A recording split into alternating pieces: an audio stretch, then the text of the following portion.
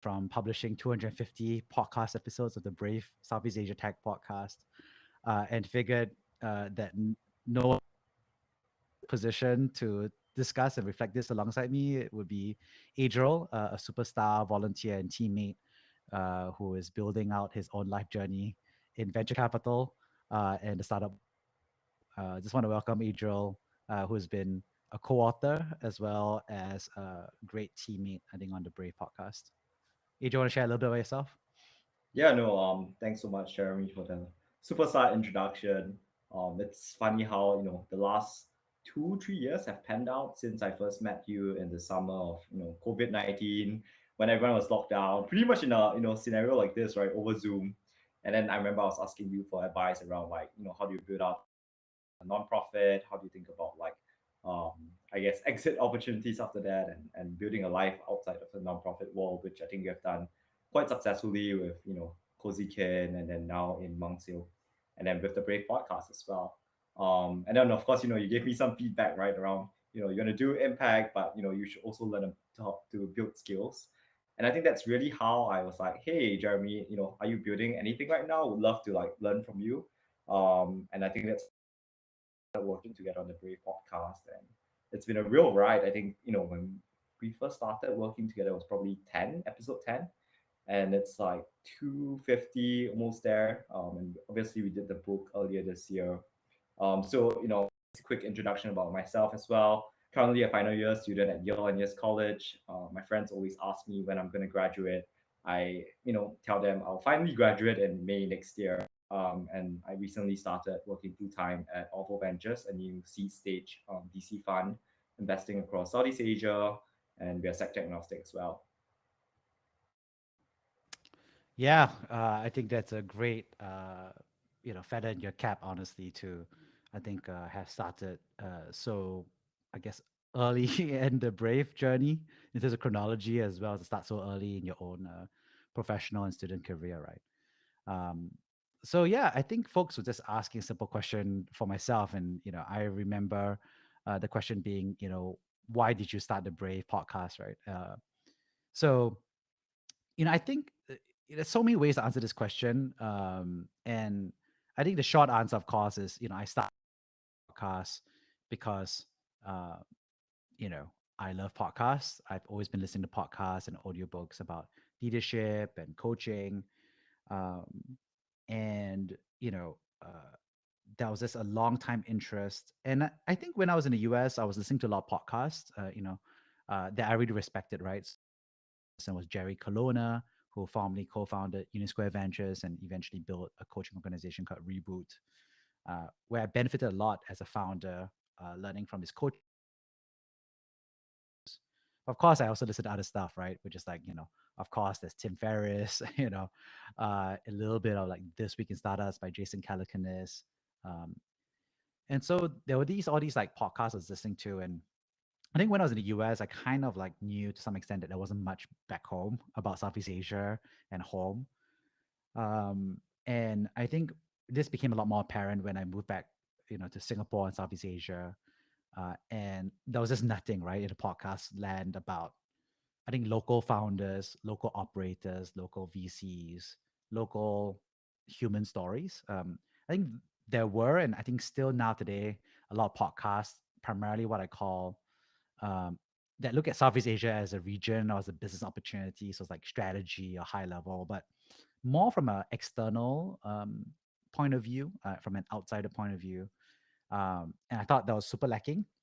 And so I sat down at the start of this pandemic, just kind of like saying, okay, let's just start this and start interviewing. My first episode was my best friend and former co-founder of Conjunct Consulting, Kwok Jia Chuan. So everyone's like, how do you get started? And I was like, yeah, I just did a Zoom call, effectively with my old buddy. And it was the easiest conversation to have because it was just my buddy. And just, I think rehashing a lot of stuff that we had learned about each other. And I think that just kept going. And I think that's how we started, really bringing that local story up to life, but also starting very simply. Um, I think the second part that was quite interesting was why did I continue, right? And I think that's why I always tell people between why start something because you're naive and you think there's an opportunity and you just get started. But I think why you continue something can be quite challenging. And I remember, within like the first, few episodes already, kind of starting to struggle, right? I was like, oh my gosh, there's only so many friends I can ask out. I'm gonna start asking acquaintances who I respect but don't really know how do I talk to them. That was pretty scary.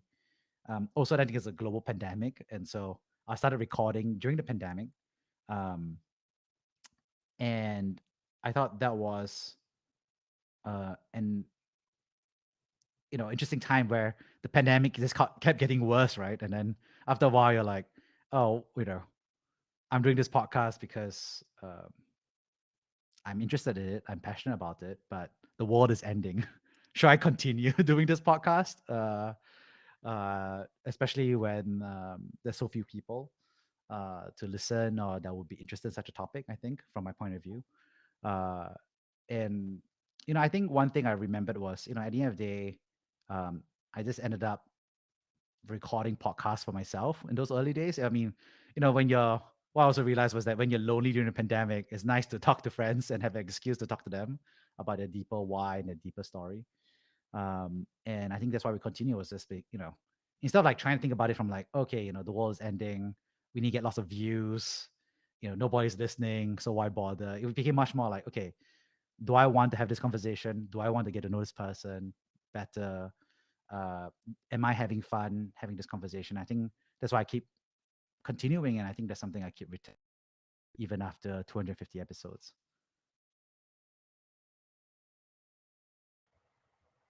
I think the part about why you and why you continue something is an interesting point. Um, I I think I think a lot of people also wonder like what does it take to start a podcast, right? Like I mean, you're in your bedroom and then you're like, okay, let me go and catch up with Jia Chuan. Um, why didn't you just do that over coffee? Why do it over a podcast? And like, what do you have to do to like even create a podcast? I think that's something uh, thinking about creating and starting their own podcast often think about, right?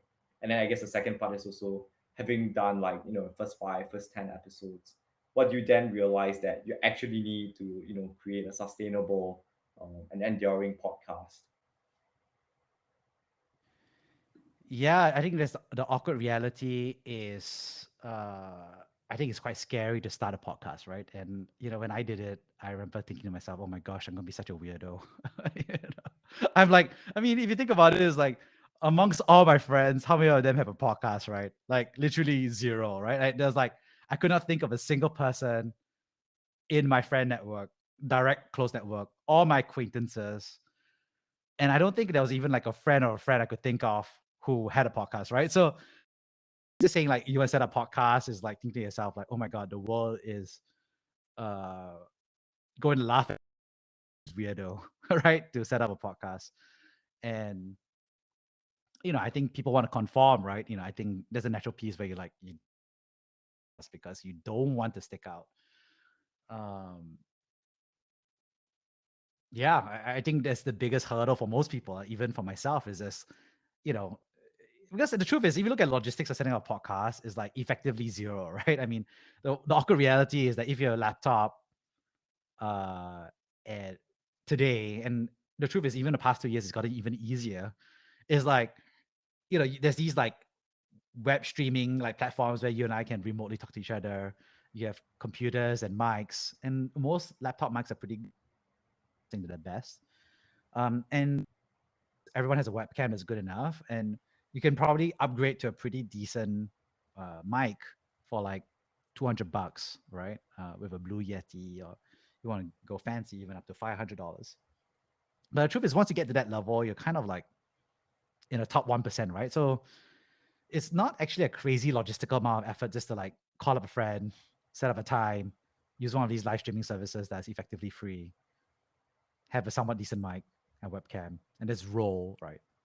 And put it on a hosting website. Probably you can get it done all in on an amateur basis, and I recommend it for most folks on a beginner basis. You can probably do it for like $100, right? And you want to make it professional. I can probably after this link in and create like $1,000 podcast gear list to be like, here's a $1,000 menu to be pro. But you know what I mean? It's like 100 to 1,000 is not is within the realm of any hobby, right? I mean, you play guitar, you play golf. I don't know, like these hobbies can scale way more than that. So I think the logistics isn't really the problem, but I think definitely I think it's not a normal hobby, right? I think so. I think the fear is a big part that actually is there. And of course, I think you can proxy it in, right? You'd be like, oh, it's very logistically hard to do it. But actually, you're just coding for it because actually you're just more scared about how people think about you. Um, So it and then, basically yeah. requires a lot of bravery. That's a TLDR. You need bravery to start a podcast, and you just need to be able to internalize courage to do public speaking on a daily, weekly basis, basically. Oh, the funny thing is, it's not public speaking, right? Because I'm talking to you, right? I mean, I think that's the interesting thing about podcasting is one of the biggest hacks I learned and advice I tell people is like when you're podcasting, I'm just talking to you, Adriel, obviously, and obviously I'm looking at you, I'm talking to you. Obviously, I'm aware that at some ether, maybe right now that people listening to it, maybe in a year there'll be 10,000 people listening to it, right? I mean, in 5 years, be 100,000. I mean, it kind of cascades and people are listening to this asynchronously. So that's all there. But at the end of the day, I'm just want to have a conversation with you, right? And I'm just paying attention and trying to be as helpful as possible in this one-to-one conversation. And the byproduct of the podcast is that people can consume that asynchronously down the road, right? And I think the big difference I think between listening to a podcast and being a good podcast host is that I think when you're listening to podcasts, obviously you're one of thousands or millions listening to it. But when you're being a good podcast host, it's about listening to the other person actively, and it's about continuing to have that one-to-one conversation. And uh, one thing I do think about is when I'm listening to someone, I'm like, oh, I'm listening to that person as well as I can, as if I was cycling or walking or cleaning the house. And I have the responsibility and I have the opportunity to ask the questions that I couldn't ask if I was just listening instead of hosting, right? And so I think, people kind of get lost really quickly if they're doing podcast hosting, but they think because I've literally seen, I think the opposite. I've been interviewing podcasts and I could actually tell because, the podcast host had glasses on. I could tell that the podcast host was shopping while I was talking. And then he was obviously thinking about what he was going to say. And then I would answer his question. And then he would literally give this mini monologue about, and it, what he said was really good, if that makes sense. Like it was well prepared, even though he was shopping while I was talking. But I think it was good points. He came across as confident. And yet, I think there were two ways to look at it, right? From a visual perspective, on a YouTube basis, you could see that he was shopping, and I could see that he was shopping, which was terrible on Amazon. But I think but from a recording or listening basis, I could tell that he wasn't really he wasn't listening to me and he wasn't following the conversation, right? And so it was more about what he wanted to say, the points he wanted to say. Mm. Um, and it was such a shame, right? Because actually, the funny part was he had another co-host, and the co-host was the person that I said yes to, right? And the co-host was amazing. She was amazing. She's gone off to do her own podcast now. She's such a great listener and such a funny person. But it was just like this main person who felt like his main thing wasn't paying attention. Anyway, so I think I just want jumped in there to be like, yeah, uh, being a great podcast host is different from being a great, you know, podcast listener, but also different from being a public speaker altogether.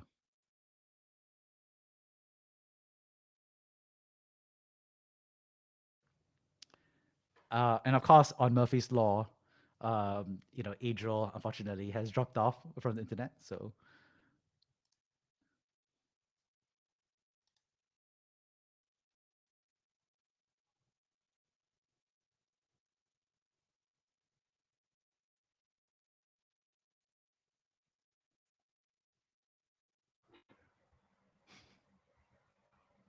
Is it Adriel, you still back yet? streaming? Yep, yep, yep. I said Murphy's Law. is things will go Yeah. wrong. Since the last time we tried to record this, we also had ended up having major maintenance work being done next door, and so we just had to call it off. Um, it's okay. It will the live stream will be spotty and real, and then the podcast will just edit out this whole blooper section. Uh, anyway, so anyway, I just wrapped up by just talking about Yeah, I think live streams are.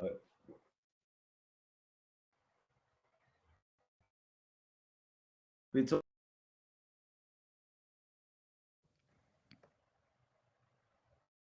hello, yeah. You were saying about live streams. hello. Wait, am I lagging? Or...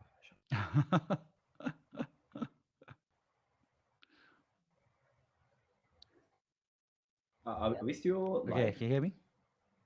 Yeah, we're still on. Oh my God, that's so funny. Yes. Murphy's Law, Okay, indeed. keep going, keep going, keep going. Okay, We're okay, pushing keep through. going. We're recording this. Yes, yes. Okay, we're pushing through. No, actually, that's an interesting segue, right? Because I'm sure in the process of like recording 250 episodes, you would have like a whole bunch of like random stuff that happened to you during the podcast recording, and people, rescheduling and all that. What are some like funny moments that you had along the way? This is a good save. That'll be a great podcast host learning. It's like we take this thing and we say, we're making this intentional, and we're just gonna double down on what are the worst things that can happen. Yeah, all kinds of funny things happen right while you're recording podcasts, right? I mean, I think I divide them into two categories, right? One is things that are your fault, and the second category is like it's happening on the other side, right? And then everything else is just in between. I think awkward reality is this. I think at the start there's so many bloopers at the start, right? Because I didn't have the right hardware in terms of internet speed. Even though I said about you need very little things, but I think having a high internet speed is important, and that's important for both sides. Sometimes, yeah, your guest is in a spotty part of Bali and internet is bad, and then you just say, "Well, that's a wash. Let's reschedule," because it's just not fun or feasible. So I think that's one category, all the logistics around that. Obviously, scheduling can be a pain because people made to reschedule. I had to reschedule a whole bunch of podcasts, including work life meetings, because I had a kid coming twice, right, over the past 2 years. I literally had to tell people, I said, well, I'm not doing a podcast today or this next week or next month because I have a kid. So again, I think life is in the way. I think one funny error I remembered was I had this recurring error where I kept hearing this rustling noise. And it was driving me bonkers, right? It was just like these guests were just talking and suddenly I hear a rustling noise and a tinkling noise. And I was like wind chimes or what? And I'll pause and I'll try to figure out what's going on. Then a while, I kind of like noticed all of a sudden, I think it was after a while, like so many guests, I had this error. Um, I kind of noticed suddenly that it was actually this lady and she had these earrings and they were long and they were just bumping into either her AirPods or her wired mic. But that was effectively what was happening was, you know, they were they were like talking and obviously they're emotional. So they're like waving their heads and then it would bump and then it'll make a tinkling noise. I'll be very confused. And then I'll be like, pause and I'll be like, hey, what's going on? Freeze, obviously, because they're no longer talking. And then the tinkling will stop, right? So it was this funny thing where the moment I pause the podcast to find out what's going on, the tinkling stops. And then it continue, it gets worse, right? And so I literally had to kind of encode this and put this in my checklist, which was like, please don't wear earrings to the podcast. I send this in like an email Hilarious. checklist that I sent out to them beforehand because obviously it's cumbersome to ask people to remove their earrings at the start of the podcast. So you tell them beforehand, right? Um, so it's like one of the weirdest things I've actually ever noticed in terms of screw ups. Yeah. That's so funny. No, I think before I dropped off, you're talking about the sort of like active listening that good podcast hosts have on the show. I think a lot of people are curious, and they often ask, what is the amount of preparation you do before like the podcast, right? Like, do you deep dive, stalk them on LinkedIn, stalk all the other podcasts you have done? Do you like have a preparation call beforehand? Like, what is the extent of the work that people don't see before a show is recorded? Yeah. the most important thing is, of course, is being thoughtful about what kind of podcast you are building, right? I mean, obviously, if you're building like a narrative podcast that's about a crime, then you need to do the research. You know, there's a chronology, there's flashbacks, there's a lot of work, and so that requires very deep research. Um, on the other end of the scale, I think you have like these monologue types of things where people are recording their own life advice and so forth, and so they're talking about the news, and so they have to understand what they're doing. I think we believe. I think I started out very much in the most common category, I would say, which is the interview format. I think there's one axis where you're interviewing a guest, and so it's really more about the rapport you're building with the other guests, the conversation. Um, and I think the other challenge about it actually is this something that's within the domain, right? So, are you familiar with the subject? Are you familiar with the person? And what's the takeaway that people want to take away from this conversation? What's interesting is that for the Brave podcast, um, I think for me, one of the core values for us, is just like authenticity, no BS, i.e., bullshit, you know, no fluff, right? And so what that means is that the truth is, I could probably spit out 100 episodes between now and the end of this month, you know, if my podcast was just like PR BS, to be honest, because we have so many press agents just emailing us to be like, hey, please talk to this CEO or COO, there's a press opportunity. And you're just like, this person doesn't know about a podcast. This person doesn't care about the values. You're just trying to get this as a press mention. Um, and the truth is, I'm sure they can do 30 to minutes to an hour worth of corporate lines, that explain the business, explain the value proposition, explain the differentiation, even explain the strategy, right? Uh, and the truth is, I could generate their content easily because they have those lines, as cookie cutter. But the truth is, I think it appeals to a certain type of listener, and the awkward reality is, I personally am not that kind of listener, right? I'm the host. The first person who listens is me. I don't want to listen to that, and I don't want to host that. So I think that was one actually of my big learnings. Actually, to be honest, was around the 100 episode mark of starting to burn out because I was accepting these PR requests, and then I realized that I wasn't having conversations I wanted to have, and so I was becoming a job instead of being a passion hobby, right? So I think what it means is that kind of zooming in is, when you define your project, which is interview, when you're doing it, when you're trying to do something a little bit deeper, that means the level of preparation that we do is a little bit different. Um, for me, the work that I have to do is I have to be very careful with the selection of guests, actually. And what I mean by that is I'm probably selecting a guest that I've met, I've had a conversation with them maybe in social life and uh, or in professional life. The good news is, again, Southeast Asia tech is my domain. It's something that I'm passionate about, and I spend a lot of time meeting other folks. And during that, you're doing a basically and awkwardly like a mini interview, right? I mean, I'm not interviewing them, I'm just having a conversation with them. But after a while, you're just like, hey, this person has a cool story, or this person has a cool take on life. And then you're just like, hey, I want to have a deeper conversation with them, right? And so I have that list in my head of like, this would be an interesting person to have a deeper conversation with. Um, and then, of course, the next step after that is, you know, inviting them, telling them very clearly that the podcast is about reflection, about authenticity, about sharing the good times and the bad times. And the truth is, a quite sizable chunk of guests actually self-select out. They say no, or they don't respond. They don't just, you know, evaporate, right? Which is okay. But because you tell them upfront that these are the deeper conversations we're having. And if they're not ready to have the conversation, it's okay. So they opt out, or they say later down the road.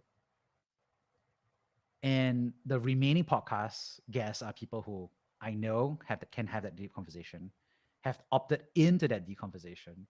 And obviously, I give them samples, right? I share them previous episodes of the podcast that I felt were reflective of the kind of conversation that we want to have, right? And so they will listen to it. Hopefully, I think I'll say about half to two-thirds will may have listened to at least snippets of an episode, so they understand the tone. And so by the time we enter the conversation, we have a 1 hour recording. The truth is, the first 10, 15 minutes, I'm actually just warming them up, preparing, understanding what they want to talk about, understand what they don't want to talk about as well, and then actually then having that 45-minute recording to go there. So, I think all in all, what that means is that I probably don't do preparation in the way that most people think about preparation, which is like doing research, um, writing down a lot of questions, like you said, doing a lot of literature research, uh, doing a 1 hour call to prep them through the narrative. Um, but I'm kind of like inverted that and focus much more on the selection and self-selection process so that they opt into the right mood. And then also, I think another thing that we do is we also lean a lot on editing, right? Which is to make sure that we edit out all the parts that are inauthentic, all the parts that are boring in that sense, and just kind of go from there. So I would say the live stream as a result probably has product actually, if you think about it from a mood basis, even from a content basis. And so, yeah, and I think one last thing to add is sometimes, I did try really doing a lot of like those question prep or being very fixed on a script. But the thing is, if you kind of script everything out, they kind of get at some point really good answer, right? Because they thought about this and so forth. And that's normally like question one, question two, right? And if you have this large script that you're supposed to follow, then you're stuck in it. It's like a railroad, right? And then as a listener, you're kind of like, this, you know, women should take back our power, right? And then your she said something really interesting that's hardly said in Southeast Asia. But if you had a script, you just keep going and just ignore it, and the podcast listener is going to be like, "Eh, what's going on?" Right? Versus like, oh, for me, I'm like, "Oh, that's interesting. I want to go that deep. You're interested in that into it. Uh, let's understand why you mean by that, right? Um, and that's more interesting, right, from my perspective. But then again, that requires you to also have very strong uh, active listening skills and the ability to improvise. And I think that's something just to be aware of is, again, I'm not saying they can't script. I'm not saying they can't prepare. I think there's one format of doing it. I think beginners often have to do it. It's just that at the end of the day, humans are really interesting people, right? And they have these interesting stories that, you know, going down the rabbit hole with them can be a waste of the entire script, but can be an amazing journey for everybody. Would that, I'm super curious. I mean, I think over time, obviously, a lot of the guests have become people that maybe you've only met once or twice in your professional or social life. But I'm sure you also had like multiple good friends that you've known for years on the show. Do you feel like you were surprised by what they said on the show and you got to uncover a deeper layer to your friends from like multiple years? That's a really good point because that's 100% true. I think for my deep friends, my best friends, I don't find that there's anything new on the podcast that I discover. And obviously, on the other end of the scale, for acquaintances, you met them once, so obviously the next podcast is always a joy because you're accelerating like 5 to 10 conversations into an hour, right? In terms of like understanding why, right, and their challenges and what they find in the stories that are important to them. So I think the surprising chunk is that obviously, I think people live life in that middle category of like, you think you're friends or friendly and warm and buddy like, but actually you don't really know a lot about each other. You game together, right? You go to events together, you drink together, but the conversations were never deep, right? And so I think there's that um, joy for me where I've kind of like realized that I've had a lot more conversations in the middle category, right? Where it's like I thought I knew them, but I didn't really know them, right? Um, and I think that's a wonderful part about this podcast title and the mood and the values, right? Because we want people to share the stories that are most important to them, right? And so they share about them, and then you're like, whoa, like, yeah, and then you're like, in retrospect, you're like, yeah, of course, I was hanging out in a professional mixer with them for like 10 minutes, and no way that person was gonna have that conversation about, for example, we had really Arifin talk about his, exposure and his family coaching him to be a family business entrepreneur, right?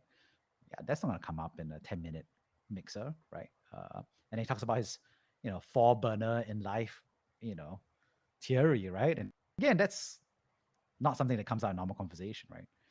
So I think there's something to be said. I think, that's why I enjoy it, and that's why I keep doing it. Yeah.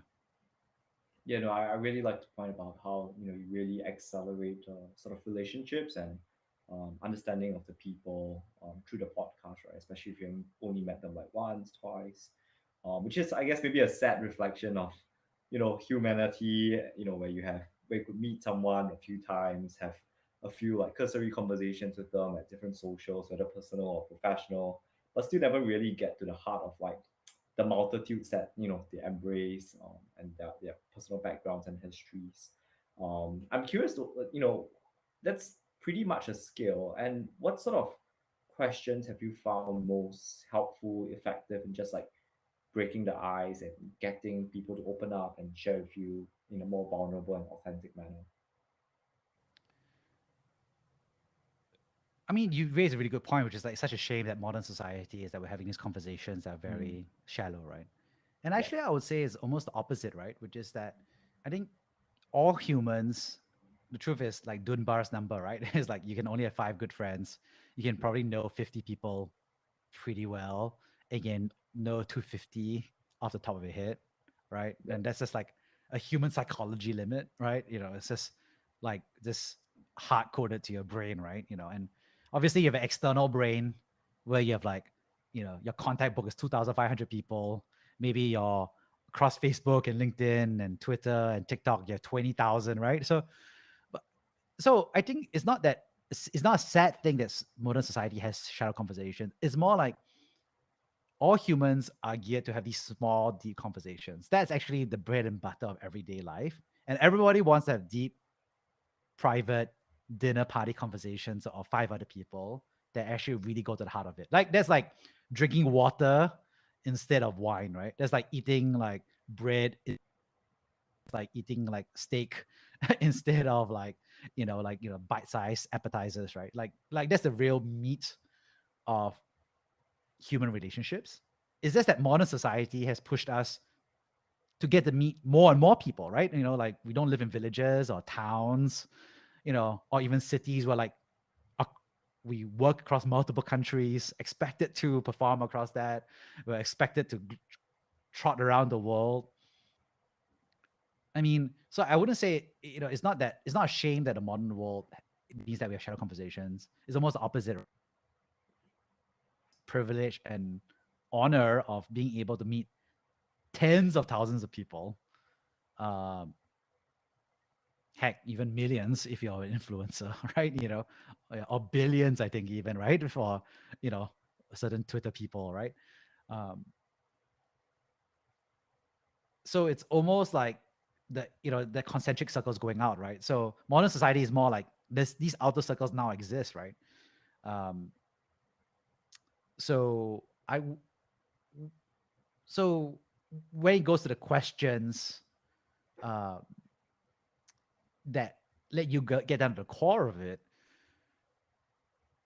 I think that's a really good question because what that means is that people have different masks for different levels, right? Does that make sense, right? And what I mean by that is what you can say in front of like 2 billion people is very different what you can say to your relationship partner, right?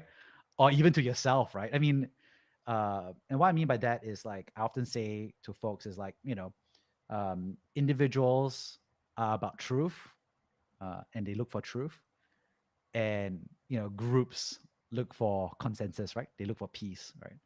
Um, and what that means is that as an individual, you're always looking for the most truthful thing about yourself. You want to hear the most truthful thing about the other person. You want to understand the reality of things. But if you're in a group of 2 billion people, then you're in a position to say stuff that makes everybody happy, right? The consensus, right? Similar to how if you had a birthday party with 50 people, there's so many things that you wouldn't say because you know that you may unfortunately frustrate someone or irritate someone or someone may disagree, right? And I think that's often I call the core of political correctness is like, you know, the truth is everybody's politically incorrect if they're in front of a very large audience because, you know, it's just impossible to say anything, And that's why everybody hates politicians, right? Because politicians have to say stuff in front of 2 million people or 20 million people, or 200 million people. They just end up saying stuff that's very mudhood statements, right? And so I think the tricky part about a podcast format is, um, in some ways, actually, where the questions have become harder is that as the Brave podcast has become larger and larger, now we have over 10,000 subscribers listening to it, and the guests coming in are aware of it.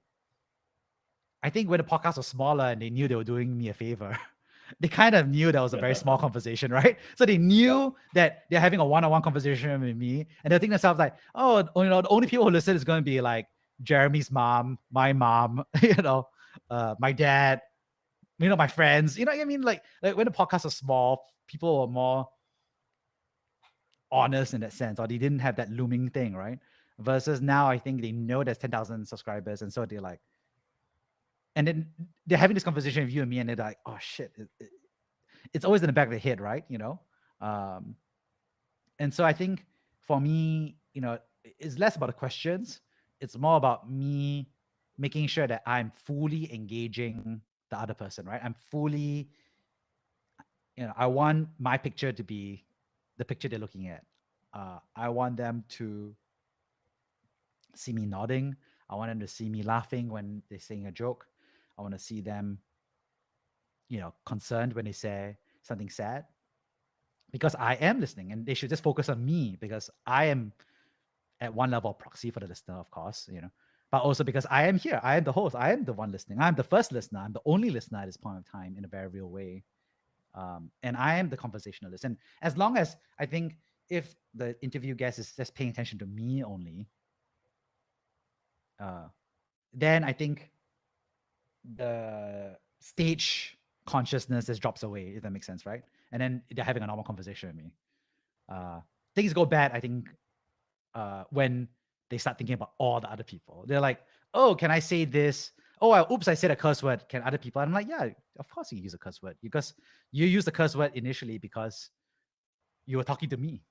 You felt comfortable saying this curse word because you're talking to me. And then suddenly you like said it and you're like, oh, and snap. My lagging brain says, oh no, 10,000 people are going to hear that. Can it be edited out, right? Because curse words are politically incorrect in front of 10,000 people, but totally okay on a one-on-one conversation.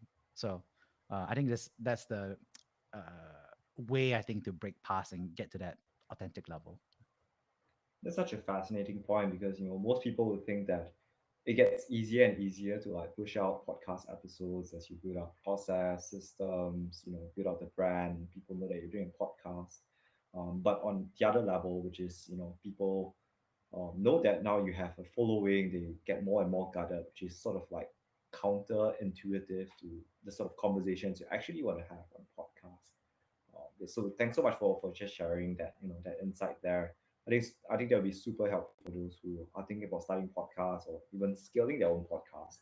I just want to like zoom out here. Just now we briefly talked about listeners, the sort of like listeners we eventually attracted on the show. How has your like understanding of who listens to the Brave podcast like evolved and changed over like the last 1 or 2 years? Who do you see reaching out to you and engaging with the podcast, sharing feedback? I think people are super curious who listens to bravery, right? Like, is it people who are really brave, or people who are scared and looking for bravery, or people looking to hire brave people, invest in brave people? Um, yeah, what do you think? Yeah, I think you're pretty much spot on. I think the way I think about it is, um, I think about it, frankly, in terms of three groups of people. Um, I think the first group of people is what I call friends, family, supporters. The second is what I call affinity, and the third is what I call, hawks. And I just explain that, right. I think the first category is quite simple, right? It's like the truth is, every time I speak, my mom is a fan, right? So she listens to me. I can tell that.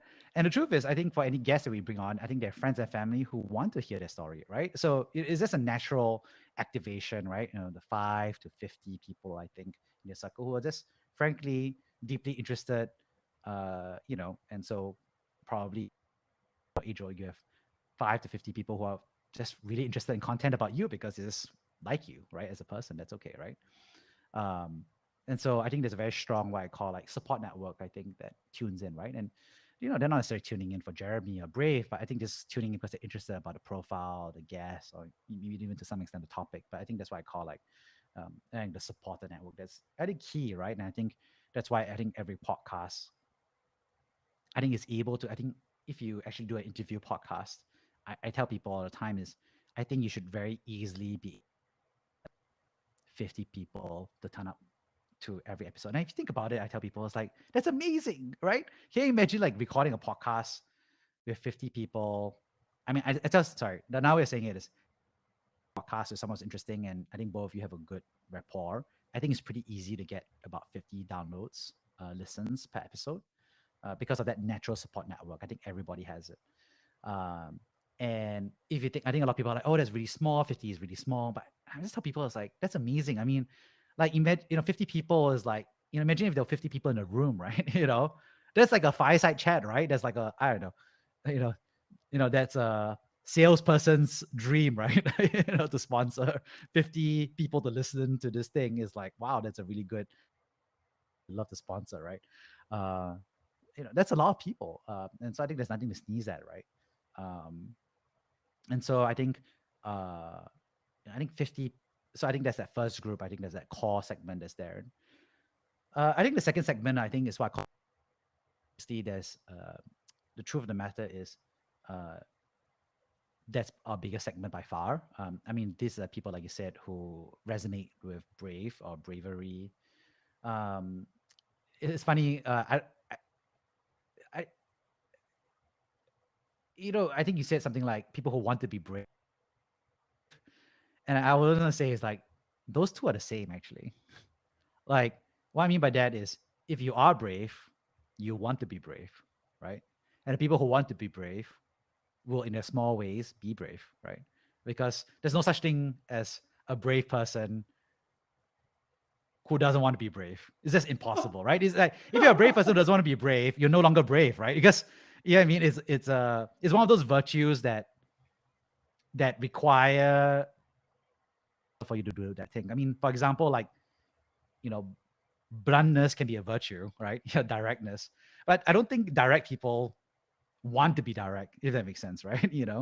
Uh, it, it, they're just direct, right? You don't need to desire to be direct to be, to be direct. Obviously, if you desire to be direct, you become more direct over time. But I think it's not. It's more of an inherent attribute. But bravery is a very like higher order virtue. It's one of those weird things where it's like, yeah, it's about grace under pressure, right? Is courage during fear, right? And all those things require you to have some self-awareness to be like, okay, I feel my fear, I understand the uncertainty, there's a certain level of change, and I still want to do it, right?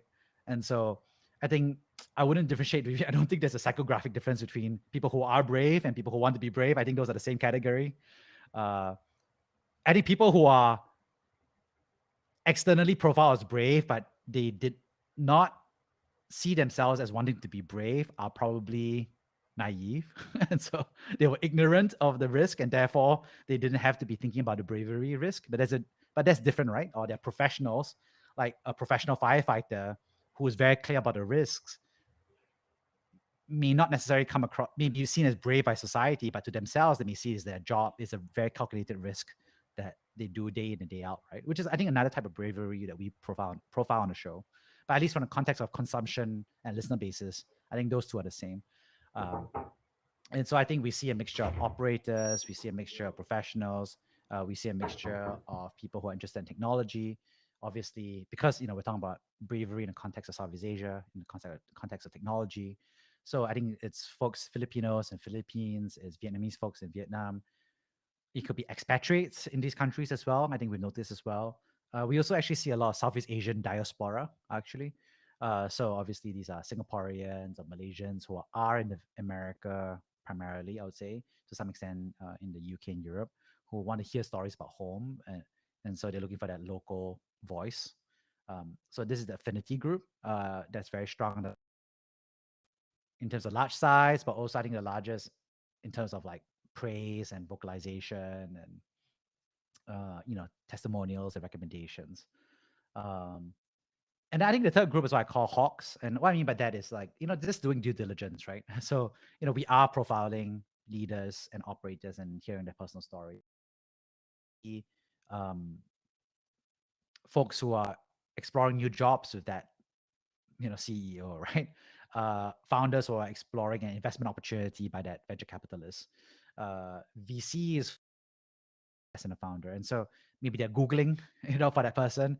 And then our podcast comes up because we profile, and again, because we're profiling people who are brave, but may not necessarily be seen by the mainstream as brave, because there's a higher level of curation by my side, because I'm disqualifying all the people who are, you know, PR, being shielded by PR and highly exposed. I think we tend to perform well in search engine optimization for these hawks. And then as a result, they come in and then they're often reading the transcripts, and trying to understand very quickly like what makes this person tick, right? To try and get a download on that story. So that's the last category. And of course, some of them eventually will become category two, or even category one. People can, cross all these three categories. But I think those are the three purposes, right? Are you there because you're there to support and understand that one person? Are you there because you're looking to be inspired and to feel like there's a community? Or are you there because you want to evaluate somebody, right? And I think those are three different purposes that are under the big village, I say, of the Brave Southeast Asia Tech Podcast. Yeah, no, I really like that thorough and comprehensive, sort of characterization of the listener profile, right? Because I think that matters and helps you, sort of also represent the listener as you interview each guest and sort of like get to the heart of the matter of what that listener profile actually wants to hear from a guest, right? Beyond, the platitudes or, the I guess BS and fluff or the corporate BS basically. And I guess just zooming out here, over the last like 200, 250 episodes, were there stories where you went in and you're like, whoa, this is like, a very good like story for me. I really resonate with it. One of the most impactful podcasts. I guess people always want to find out, right, what is the host, the favorites of the host, if they're just trying to check out what the first few episodes of the podcast are like. Yeah. Uh, Often I get a question. Uh,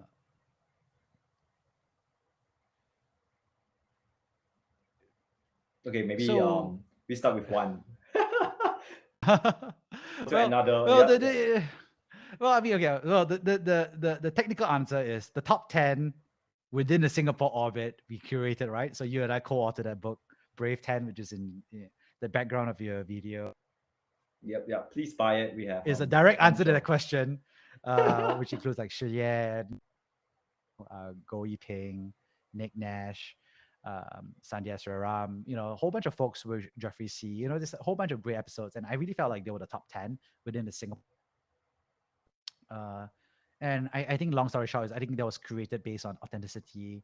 I think obviously representation, but also I think a very good snapshot of the Singapore kind of ecosystem, right? Obviously, as a result, it disqualified stories in the Philippines, in Vietnam, in Malaysia, in Thailand, in Indonesia. So I think we're talking about this, like we want to recreate this book in the future, when the timing is right for other countries as well, once we kind of build that out. So definitely check out that book at jeremyr.com/book, hashtag selfless, self-promotion. so, uh, to kind of check it out, and get a copy if or one of the few remaining hardcover left. I think the other category that I do think is reflecting on the personal side, which are the episodes really mattered to me. For me, at the end of the day, the episodes that I really resonate with are the ones where I felt something. And I think that's a little bit different from the curation approach because, I think what touches me may not necessarily touch, other folks, right? Um, and, I think that makes it awkward to recommend sometimes because, you kind of know like this is the kind of podcast that would. And you also know that some of these episodes are something that's really more personal. I think personally, one of my personal favorite episodes, um, actually, uh, is a simple one is I think Go Yiping, which was also in the book. So I think she shares how she started out as a child, helping who were running a roast meat stall and being very entrepreneurial in her own way, studying in the local university to getting exposure to entrepreneurship, to being a founder as a scrappy uh, hustler in the ecosystem, and how she worked her way up, right, across multiple startups to eventually coming across to come back and be successful and eventually become a VC, woman VC, I guess, that's representing venture capital for lots of women across Southeast Asia. And I thought that was interesting because, obviously it was a good story, obviously narratively. I think it came across well, of course, from a written basis. Um, and at the end of the day, it still was very emotional. I think it was something that I got to know her in a very deep way. I got to hear her very unvarnished way of it. We had a very good rapport. We laughed at multiple points of the episode, and we kind of went through the history, right? And I think all of that was really helpful uh, to. I didn't get to a deeper level of conversation really quickly, and after that process, I was like, uh, at the end of that process, I was like, yeah, I really want to know her even more, right? I mean, I knew her a little bit. I invited her, and then for the conversation of Yiping, I was able to kind of like say, wow, I really, really, really like her as a person. And I think that came across, right? Because in the future, what happened was other people have reached out to her and have reached out to me to say, like, hey, I really enjoyed this episode. Um, is it this episode that resonates the most with everybody else? No. I think um, folks is actually affinity, right? I think one thing I've also noticed is that the best episode often comes when I think someone shares a story that resonates with someone else's personal background, right? So if you are, you know, for example, we had, right? So she's from the founder of Backscoop, right, which is a Filipino, uh, content creator, right? And the people who like her story are who are content creators. So maybe they're from Philippines and a woman, and so they like a story. Other people are content creators in Singapore or Malaysia, and they resonate with that story. So I think affinity is actually a huge part to which episode resonates most with you. Um, so I think that's how I think about it, from which episodes I like most versus which episodes are the best versus, of course, what we've been able to distill and curate. Yeah, no, the affinity point is really interesting, right? And I think again goes back to the sort of listener profile that we have. I guess if you're someone like me looking for bravery, I just like would love to listen to a founder, who's also a student, just venturing out into the world of startups where things are crazy and blowing up every other week, and just finding the bravery in those moments, right? The bravery and starting a company and telling and selling to people, fundraising to investors who are way older than you, or non-profit founders who are like, I have this vision of how the world should be more equitable, and I want all of you, corporates to sort of like do more CSR and come along with me on this ride, right? And contribute funding to that organization as well. So yeah, definitely agree with you on the affinity piece.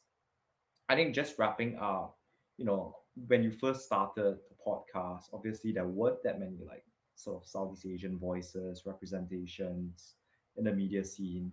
And over the last 2 years, you have sort of built a podcast, 250 over episodes, featuring founders across all Southeast Asian countries. Have you done all, or are you're probably lacking a few Southeast Asian countries, right? What's on your hit list? Well, I would love to feature some stories from Myanmar. So I've literally actually met my Myanmarese friends and just be like, hey, is there anyone you could recommend to feature? Obviously, there's a very tough domestic situation going on in terms of conflict. And I think the technology ecosystem there, unfortunately, has been unable to scale without that, social political stability. That being said, I do think it's an important story to have. Yeah. And so I feel like I pretty much covered all the countries, but Myanmar is a big missing one. And I literally like last week I was like sat down with someone. He was like, you know, Myanmarese. He said, "Oh, I love your podcast. It's a great way for me to understand who's who in the ecosystem and feel a little less lonely." And I was like, "Oh, do you know anyone else, who can be on a guest from Myanmar?" Right? I literally just Yeah. asked him, and I was like, "Please tell me." Right. So anyway, if anyone that you're listening, someone from Myanmar, uh, feel free to recommend. And the truth is, obviously, we'll see where the conversations goes from there, right? Maybe we won't make the cut after the pre-screening call or conversation, but I've got to search, right, and look. Um, Yeah. Yeah. So I think going back to the question, I'm just wondering, like, having sort of represented like Southeast Asian founders, VCs in the media landscape, what do you see, the podcast evolving to over the next 2, 3 years? How do you see the media landscape in Southeast Asia like evolving as well? I think people will be super curious to hear your thoughts on that. yeah, I mean, the truth is, I'm a niche topic, right? We appeal to folks who want to be brave in Southeast Asia tech, right? If you want to be transactional and just get a job done in Southeast Asia tech, you're not interested in this podcast, which is a lot of people if you think about it, right? We broadcast in English. So in Southeast Asia, the number of English speakers is very small, actually. So it's again even more of a niche, audience. And technology is a very small industry again across Southeast Asia, right? So people are like, "Oh, podcasts are dead, and there's hardly any podcasts." And I'm like, well, maybe you're right because the kind of podcast you listen to is like How I Built This and Tim Ferriss, and of course if you speak English and listen to English, there's so much great American content, frankly, right, to listen to, um, like Serial and crime and so forth, and the production values from Los Angeles and New York, right, and I hung out with those people and they're incredible and they have the economics of the entire industry supporting them to create world class content. Um, it's just that I think in Southeast Asia there's also some great content. It's just I mean I found out recently that the most popular podcast in Southeast Asia is a wrestling podcast in the Philippines, and you know I was just like mind blown. But it makes sense, right? It's Tagalog. It's about wrestling and Yeah. boxing, and it's a hobby, and everybody in the Philippines it's like a national sport and something that you tune into. And why would you listen to a radio? You should listen to it on a podcast, right? It's super popular. It's way more than 10, right? So it's popular. Podcasts can be very popular.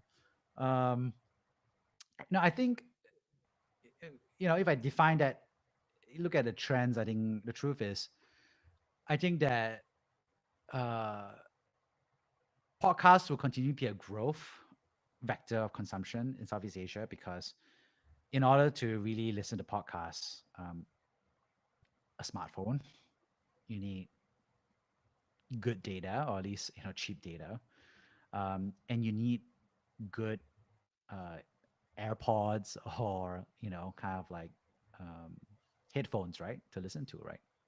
Yep. And uh, those are honestly the cheap prerequisites because if not, then anything else is easier, right? A radio, a book, a kit, great ways to consume content. But without those three things, it's just hard to consume a podcast. So I think as Southeast Asia gets richer, gets more globalized, has more technology, I think that's a very strong tailwind actually for podcast consumption as industry. Uh, from an orthogonal angle, obviously, I think technology and English literacy will continue to improve. I think technology continues to be about the future. It's not just technology, it's about science fiction, it's about the future, it's about hope, it's economic growth, it's about business sophistication at some level. Obviously, there's a function of literacy, which is also correlated to some extent, obviously, to also English literacy levels, right? So these tailwinds make it all kind of like make consumption about technology topics, I would say, higher. Obviously, interest in entrepreneurship and technology and venture capital as a career profession is increasing, right? As the media lionizes entrepreneurship as a career path. So these are all things that I think from a topical basis also is a good tailwind from that perspective. Um, and I think if you fast forward it, I think I'll will link to this conversation. I had a previous conversation with Valerie Vu. She's in Vietnam, and she was also asking for advice for podcasts, and I give her some advice, which we recorded. And I told her, I said, yeah, the Vietnamese uh, podcast about technology in Vietnamese, right? you know, uh, there's podcasts about Southeast Asia tech in English, like myself, but if you listener, you don't have that, right? And so that's a big opportunity for her to tackle. And I'm never going to touch that, right? I think there's frankly technology podcasts in the Philippines that is going to be in Tagalog, right? Obviously, probably at a level. I think that's another opportunity. Same for, and it's already happening in Indonesia to some extent already. I think Malaysia and Singapore are pretty, English literate. Thailand, obviously, there could be another podcast in Thai. So I think local languages is a local opportunity, and it's a trend. And I think another trend is in, um, just more nicheness, right? I mean, you could not just do Southeast Asia tech, right? You could do, um, subdivide it further. You make it even nichier, right? You could do Thailand fit tech, right? Uh, and I think the nichiness is defensibility or core, right? Because at the end of the day, it kind of goes back to it. Is like, if I can imagine if you're just doing a podcast that's on like Thailand fintech, then everybody in Thai fintech will listen to it, right? Because it's so hyper focused, right? So I think I see the trend towards more niche stuff. And as long as you're passionate about it, then it doesn't matter, right? You don't need to worry about, only 1,000 people in tech and the entire conversation in Thai. But I think that 1,000 really passionate listeners is worth way more than, a bunch of people touch and go, right? Um, and I think that brings us to, I think, the conversation about Brave, right? Like, where do I see this going? Yeah, I think, the truth is, the podcast was born in a time, the pandemic, right? So everyone was virtual, everyone was very distant. And there's a lot of digital communities. And so, I was part of them, right? Like On Deck, and, Slack groups and WhatsApp groups and Discord groups. And um, I think the return to reality and touching wood, there's no more pandemic in the future, not the near future. you know, I think it's, I think looking for affinity, right? I think which I said earlier, right?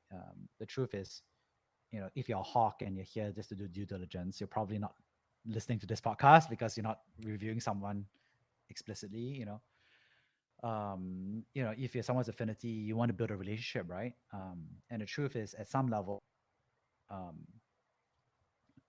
our relationship is, you know, me, but I don't know you, right? Uh, and that's okay because life is like that, right? It goes back to what I talked about modern society is like the joy, the privilege, but the craziness of it is, we get to meet thousands of people. I get to listen to, you know, Tim Ferriss talk about his stuff, right? And I think I know him, but he doesn't know me, right? But I get to learn from him. And I think all that's right. But I think where I spend a lot of time thinking is like, how do I build these relationships in a deeper way, right? How do I build this to be, you call this synchronous life, right? So a podcast is asynchronous digital, right? In that sense, where you can listen to this conversation 1 year down the road, 10 years down the road, who knows, 100 years down the road, right? But how do we also bring in that community, that in-person dynamic? And so I think what I really foresee is like us is, living true, living the values, right? So one thing that we're starting to beta test, for example, is just an offsite for founders who've failed, right? The startups have failed to take off or they've crashed and burned. Uh, and we have a beta test going on that's coming on in the next few months. We're pinning down a date. Um, is it a very good community? I mean, think about it, right? You're like trying to beta test is an event where people who have failed, right? I mean, and I remember I got some feedback from folks like, oh, why are you hanging out with people who've lost money, right? Why are you helping people who have failed to return money to their customers or their investors? And I'm like, shit, that's a fair way to look at it, right? I'm like, I'm hanging out with people who are losers, or even worse, from the view of people maybe criminals or negligent, right? You know what I mean? And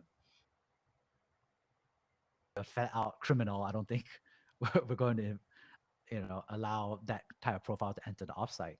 But I think for so many founders is startups are hard, right? 90 to 95% of startups flat out fail, even if though they receive some funding, venture capital funding, right?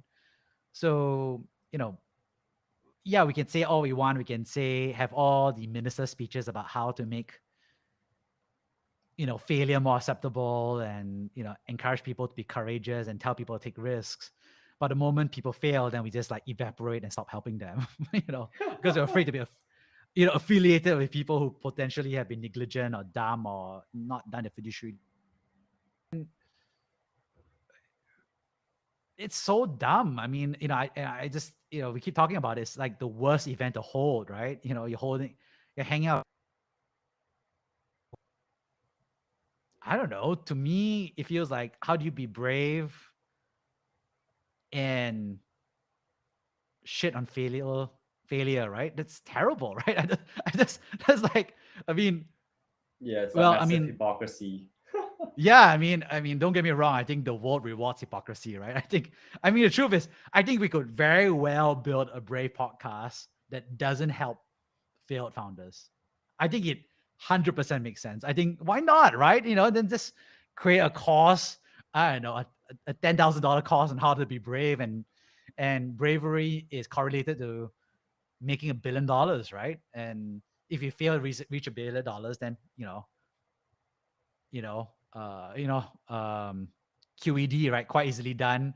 A equals B. If you're a billionaire, you're brave. If you fail to be a billionaire, you're not brave, right?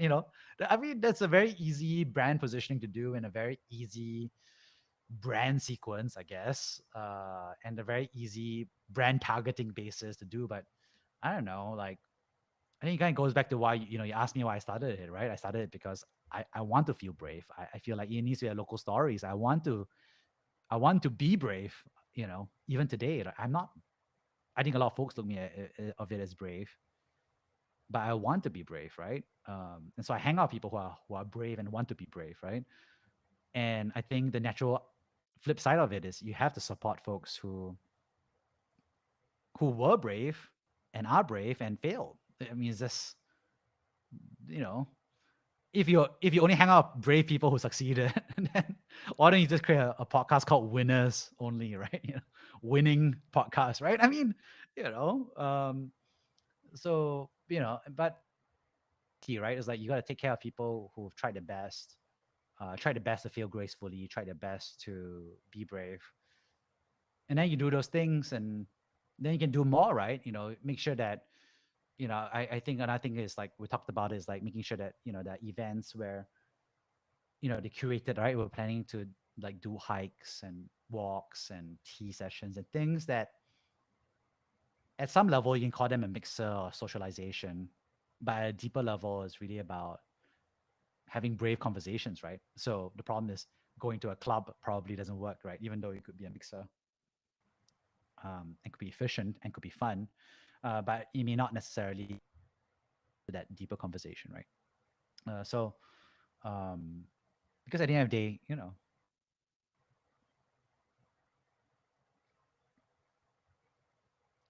this is a passion, right? It's a passion. You can, and you can call it affinity, you can call it hobby, you can call it whatever it is. But at the end of the day, it's just like, I was, talking to, the founder of Radio Lab, right? And he's like, at the end of the day, I was asking him like, oh, I want to do Southeast Asia tag. It's very nichey, it's very small, it's very weird, no one's gonna listen, blah blah. Because that's the mechanical transactional side of me, right? You want to talk about a project that's big and large and whatever. Hey Jeremy, you just gotta say something that sets your soul on fire, right? You've got to speak on something that you will talk, even though you will talk and talk even though no one's listening, right? And I was like, oh yeah, like, and then he was like, yeah, because if you're talking about something that you don't care about, then no matter how good an actor you are, whatever it is, everybody's gonna know that you're not passionate about this topic, right? Similar to how actors have to be passionate about the scripts they choose, right? They don't act any script they don't want, right? They want the character. So for me, I think for us, we care about that mission, we care about that impact. So let's talk about something we care about. Let's talk about bravery, and then let's be very consistent to it. And yeah, that means doing stupid things. That means doing very non-transactional things. It's about doing relational things, doing things that don't scale. But you know, to us, that's what we want to do. Then so be it, right? And then you know, I can tell right now is that yeah, we have lots of um, people who like us and relate to us and say nice things about us and say thank you or say that they appreciated a particular episode, and I get some nice messages about us like, oh, I really appreciate the summary at the end, and you know way. So I think they're very specific about things they like. And the awkward reality is, there are people who hate us, right? It's just, you know, I get weirdly enough, I get you know, I get people who don't like what we're saying, and then it's so awkward, right? It's just like, oh, this person, they're like, Brave is too high volume, and I'm like, what does that mean, right? It's like, oh, like they're saying things like, oh, like, why is he talking? We should just talk about other things, right? And I'm just like, you know, these are the things that, um, these are the things that I'm interested in talking about. These are things that resonate with me as a person, um, and that's okay with me. And if you don't like it, then don't follow me, unsubscribe, right? Choose not to tune in, right? So I think there's this awkward reality, which is that I think the more we do things that are like closer to this reality of Brave or like that stuff, then I think, yeah, I do believe that in long term folks who resonate this affinity will increasingly be okay and accept with who we are. And the truth is, I also know that the more we do these things, the more people dislike us, right? And you know, you know, that's okay. Um, choose, um, Yep. So I think yeah, I think we went through a lot. History of the Brave podcast. We started with catching up with your good friend Tia Chuan and doing so many episodes. You one found bravery in just going through every episode, having those authentic, deep conversations with guests, and also just uncovering the sort of like listener profiles we have across Southeast Asia and understanding like what sort of I guess podcast sort of representatives of listeners as well, right? Like lots of interesting like tidbits around what the future of the Brave podcast would look like. So yeah, thanks so much for sharing with us that backstory and your thoughts as a podcast host, Jeremy. yeah, thanks so much for being a great teammate in terms of brainstorming, collaborating, and obviously for this episode, kind of like being a great, I don't know, I don't know, chit chat session, right? I guess that, yeah. Yeah. I mean, to me, it's a chit chat session, right? Obviously, and Yeah, then, it is. It is. yeah, Yeah. yeah. Anyway, it And then was there's fun. Murphy's Huh? law. Murphy's Murphy's law of law, like which is we're gonna have to ah after this podcast, we just have to be like, okay, so what's happening with the disconnections, oh my and so so god. forth. But so this will only appear in the live stream, and I think in the podcast, we're just gonna Ah make it sound very smooth and clear and everything, right? So, uh, yeah. awesome. Okay, Right. awesome. Thanks, Adriel. See you around. See you, Jeremy. Bye.